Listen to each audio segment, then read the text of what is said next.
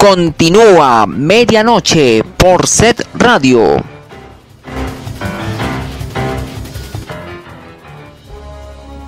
De la noche, 43 minutos. Gracias por continuar con nosotros. Seguimos con más información aquí en Medianoche. Una de las noticias más importantes en materia económica para Colombia ha sido el tema de la desaceleración de la economía en nuestro país.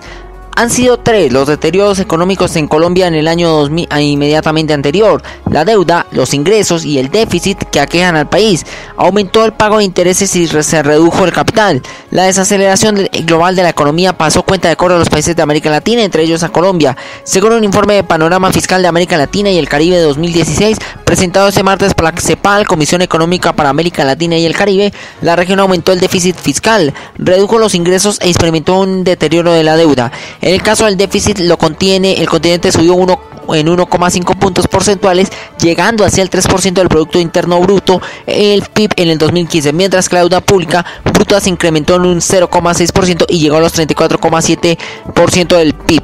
Entre tanto, como las naciones exportadoras de minerales y metales tuvieron pérdidas, la región acudió a los tributos y logró aumentar sus ingresos tributarios en 0,2% del PIB. Tendencia en la que entró Colombia, y pese a disminuir el ritmo de crecimiento de recaudo de impuestos como el IVA y el renta. 11 de los 19 países de la región incrementaron simultáneamente su déficit fiscal y su deuda pública en proporción del PIB, y Colombia estuvo en ese grupo. El sacrificio ante el deterioro de la deuda es el llamado gasto de capital, es decir, la inversión que es utilizada para mejorar la capacidad productiva y crear una ola de desarrollo con obras, empleos, mejores salarios y calidad de vida. Según el informe, en 2015 el gasto de capital disminuyó en 12 de los 19 países de 4,7% del PIB al 4,3% del PIB. En Colombia, la disminución del nivel de inversión pública fue el más notorio. Pasó de 8 a 6,6% del PIB en 2015, explicando en parte por estar dentro del grupo de los países afectados por la crisis de los minerales, lo que redujo drásticamente sus ingresos. Pero en los mejores librados se encuentran los escalafones. Brasil se encuentra en primer lugar del escalafón de los países con mayor deuda pública, 65% de su PIB. Le siguen El Salvador con el 45%, Honduras y Argentina con el 44%, mientras que en su extremo opuesto, como los de menor endeudamiento, se ubican Chile y Paraguay como 17%. En países como Brasil, casi la totalidad del aumento del gasto público en 2015 equivale al alza de pago de intereses en 2,8 puntos del PIB, destaca el informe. Ese incremento en Colombia fue el 0,5%, igual al de Costa Rica y la República Dominicana. El deterioro de los ingresos totales, en particular de los no tributarios, fue mayor en México, el que fue el 3,2% del PIB. También ha sido los demás exportadores de hidrocarburos, el promedio fue el 2,6%. En Chile la disminución de ingresos no tributarios fue el 0,7% y el Perú del 0,5% del PIB. 12 de la noche, 46 minutos. Vamos a continuar con las noticias económicas, con los indicadores, las cifras de la economía de la jornada. Vamos a informar que el dólar en la jornada de este martes tuvo una nueva baja, en el cual terminó su cotización entre 1.175 pesos con 88 centavos. El euro no corrió también con la misma suerte. También tuvo una jornada a la baja y terminó entre 1.511 pesos con 9 centavos. Por su parte, el índice Colcap tampoco se salvó de la jornada de bajas en la economía y registró una baja en 2.285 pesos con 34 centavos. 12 de la noche, 47 minutos.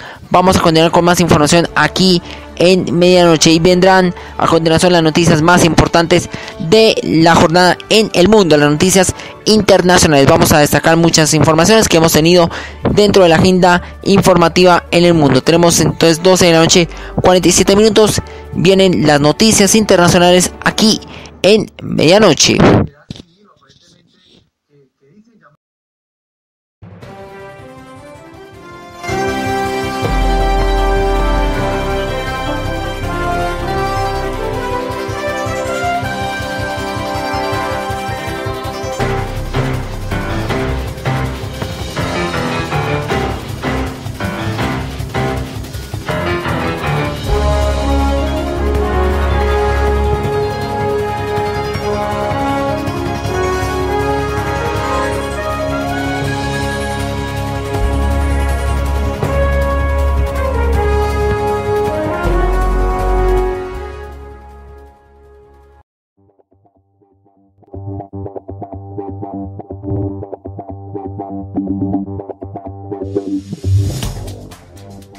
Internacional.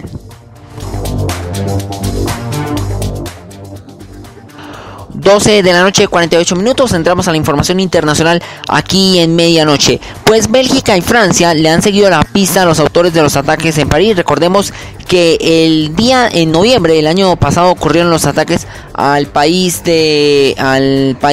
galo, exactamente a su capital París. Un sospechoso murió en una operación policial, aunque se negó que fuera la cabeza de los atentados. Pues este día martes, en una operación policial que se registró en Bruselas, luego de que en un allanamiento en el marco de la investigación por los atentados de París, terminaron en fuertes tiroteos contra las fuerzas de seguridad.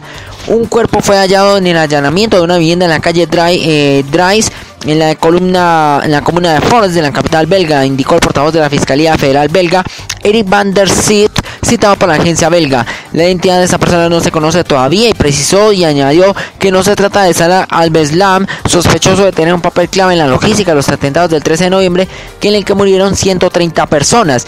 Las autoridades lanzaron una importante operación que necesitó un fuerte despliegue de fuerzas especiales en conjunto con las francesas, luego de que sospechosos armados dispararon contra la policía belga, que procedía a un allanamiento de una vivienda de esa comuna.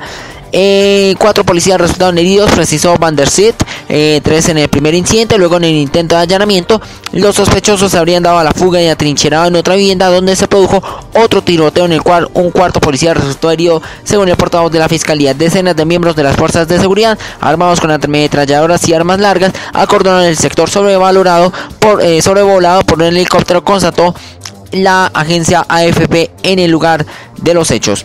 12 de la noche, 50 minutos. Pasamos a otra noticia internacional, porque en Brasil Luis Ignacio Lula da Silva podría ser parte del gobierno de la presidenta Dilma Rousseff. Eso en el marco del escándalo que ha sacudido tanto a la presidenta Rousseff como al expresidente Luis Ignacio Lula da Silva.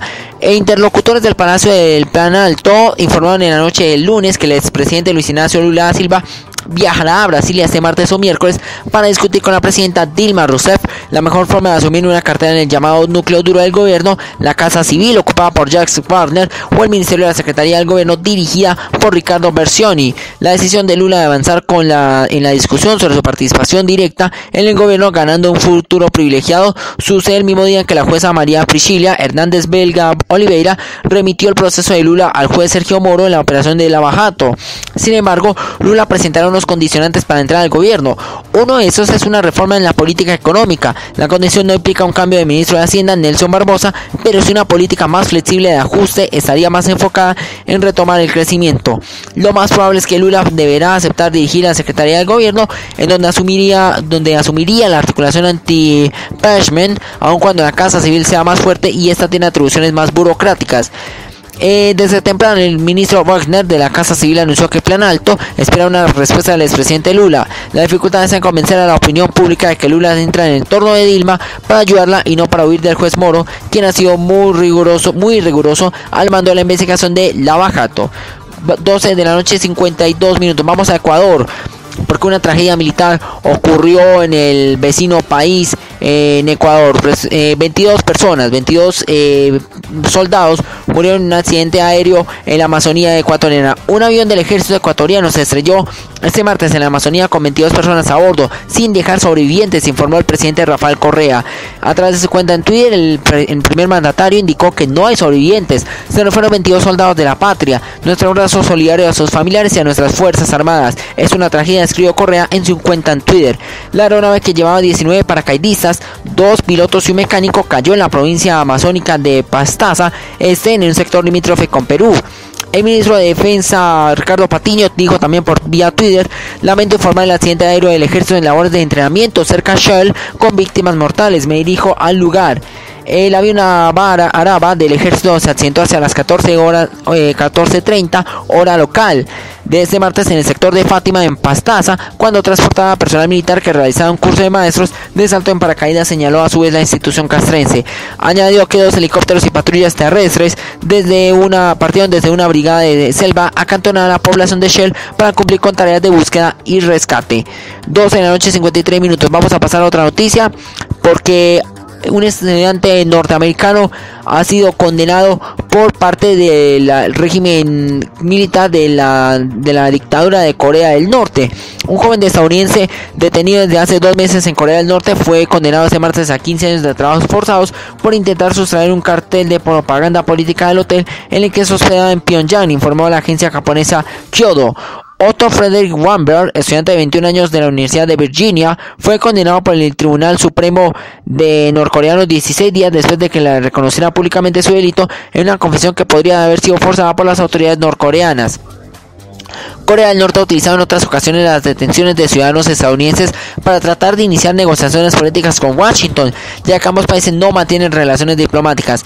El fallo considera que el estudiante realizó un acto hostil contra el Estado al tratar de quitar un rótulo con el eslogan político de la zona reservada para personal del hotel Yankado en la capital.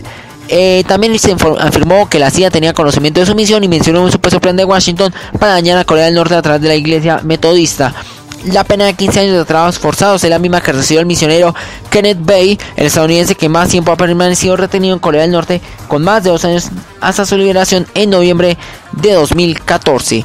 Vamos a pasar a otra noticia, 12 de la noche 55 minutos, porque este día martes se cumplieron la jornada de primarias en los estados, exactamente en varios estados de los Estados Unidos, exactamente más específicamente en Florida y en Ohio, en la cual pues Donald Trump dio un gran salto, tanto Donald Trump como Hillary Clinton en los estados de Florida y en Ohio. Pues ante eso el senador Marco Rubio por el partido republicano reconoció la gran victoria de Trump en Florida y anunció la retirada. El senador estadounidense Marco Rubio reconoció este martes su derrota en las elecciones primarias del partido republicano en Florida y anunció que se retira de la carrera por la candidatura a la presidencia de los Estados Unidos. Rubio, en acto con sus seguidores tras las votaciones, calificó de un gran triunfo los resultados logrados por el empresario Donald Trump, tras conocerse con más del 85% de los votos escrutados que Trump lograra el 45,6% de los votos frente a 27,1% que logró Rubio. También dijo que hay que respetar las decisiones de los votantes republicanos. El joven político de origen cubano señaló que si bien este año puede ser que no sea la propia promesa de esperanza sobre el futuro, sigue siendo optimista. El senador por Florida destacó que el país vive en un tsunami político, como reflejan los resultados en las primarias, por lo que pidió una refundación del partido republicano. 12 de la noche 56 minutos. Pasamos a otra noticia del mundo, porque la esposa del narcotraficante, de uno de los mayores narcotraficantes buscados en los últimos años, Joaquín El Chapo Guzmán, asegura que el capo podría tener bronquitis.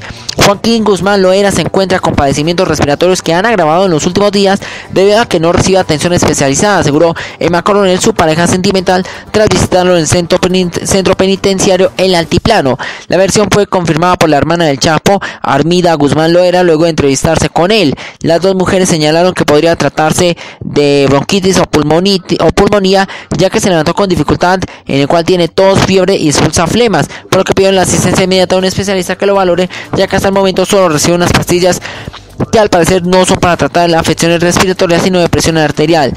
La familia también se quejó de que el capo continúa sujeto a excesiva seguridad, ya que 4 guardias se encuentran custodiándolo dentro del módulo que ocupa y ya otros 4 afuera, además que continúan despertándolo cada 4 horas para verificar que se encuentre bien. Señalaron, sin embargo, que esta situación ha empeorado en su estado de salud, por lo que no descartaron recurrir a instancias internacionales en materia de derechos humanos. 12 de la noche 57 minutos. Vamos a ir directamente con las noticias deportivas aquí en Medianoche.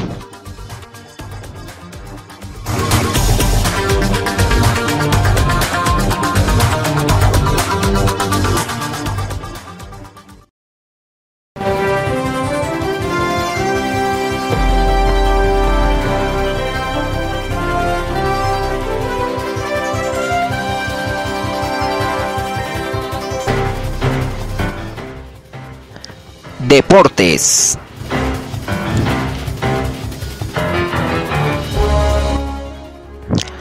Muy bien, en noticias deportivas, 12 de la noche 58 minutos. Vamos a la información de la Copa Libertadores, porque el equipo del Atlético Nacional logró una gran victoria en Uruguay, en el cual goleó 4-0 al conjunto de Peñarol y clasificó a los octavos de final de la Copa Libertadores. En un partido